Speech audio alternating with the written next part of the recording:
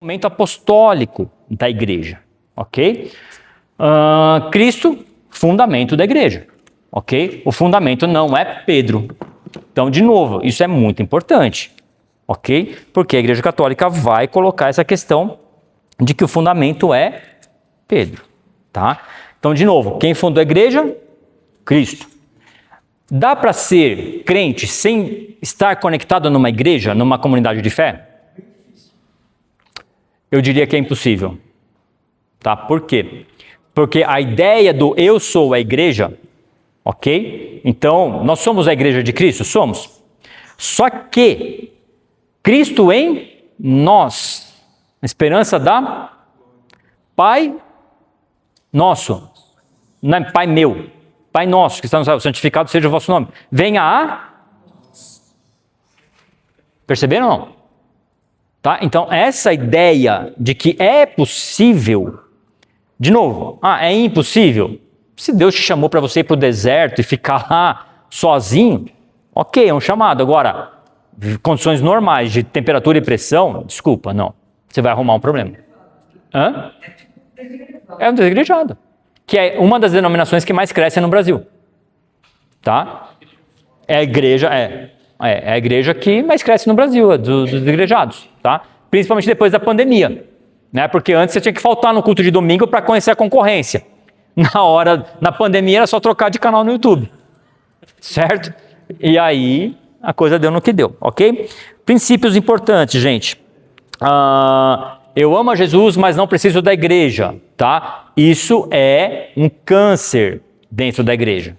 Ok? Muito cuidado com isso. E nós estamos lidando com uma onda nesse sentido, tá? Que já não é nova.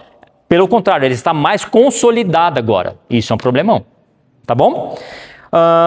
Seguindo, é importante a gente entender que nessa época as cartas de Paulo foram escritas antes dos evangelhos.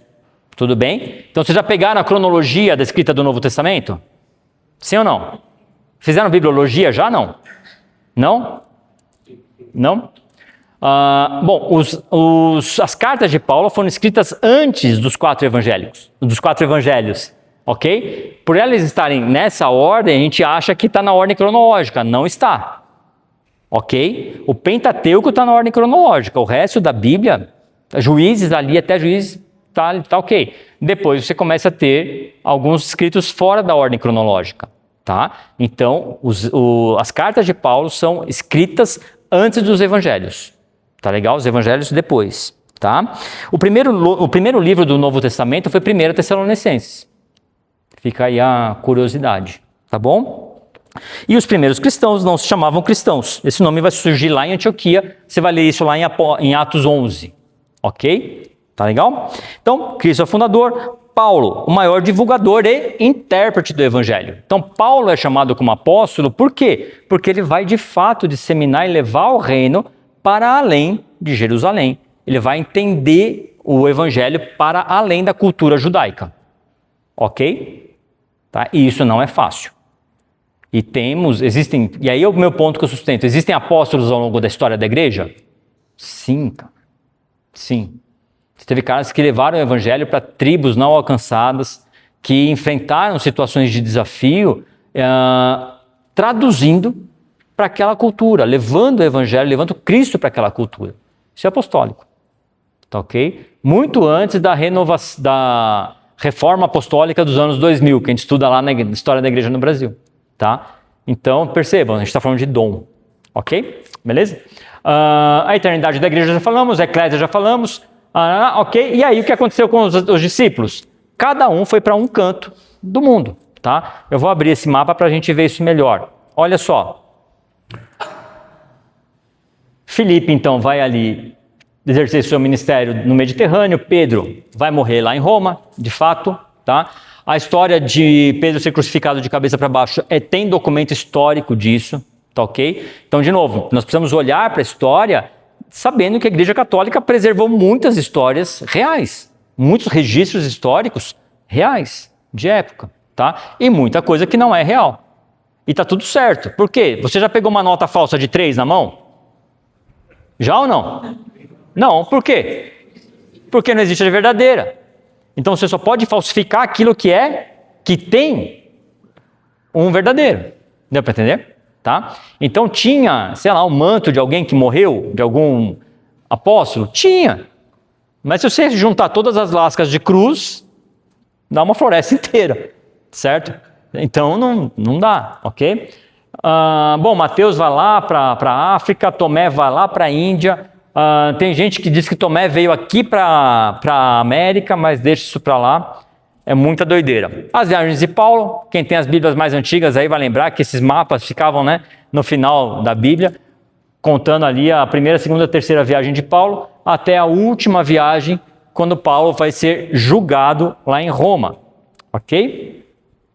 E aí nós entramos, de fato, num período de expansão histórica da igreja, tá? Então, nesse primeiro momento, é importante nós entendermos que em menos de 40 anos, a igreja chegou na Ásia Menor, ou seja, na Turquia, na Grécia, em Roma e no norte da África.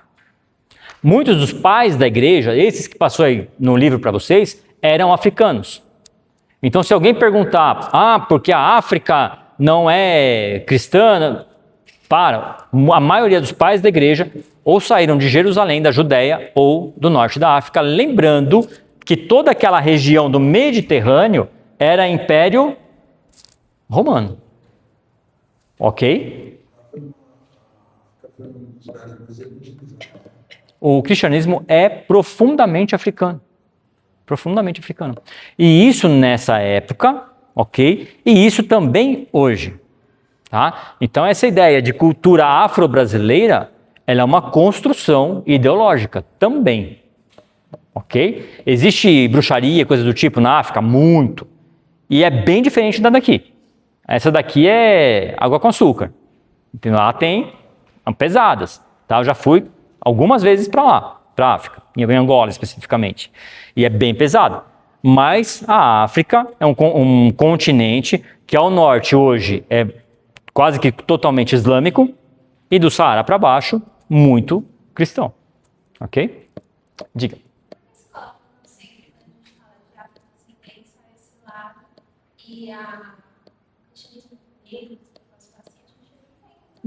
Exatamente. Sim. Na verdade, não. Isso é contado hoje por uma questão ideológica. Entendeu? Porque quando você traz uma religiosidade que não tem um único Deus, qualquer coisa pode ser qualquer coisa. Quando eu quebro a ideia da verdade, entendeu? Existe um que é a verdade, o caminho, a verdade e a vida. Não, fica tranquila. Tem vários. Quando eu coloco que tem vários, então qualquer coisa pode ser verdade. Deu para entender? Qualquer coisa pode ser verdade. Então tem vários deuses, várias entidades, várias potências, potencialidades, enfim. E aí qualquer coisa pode ser qualquer coisa. Então o que nós falamos hoje de religião afro-brasileira, de fato é afro-brasileira, porque vai trazer influências africanas, vai pegar influências indígenas, influências místicas do catolicismo, junta tudo, e aí de fato você tem uma Umbanda, por exemplo, no Brasil. Ok? Hã?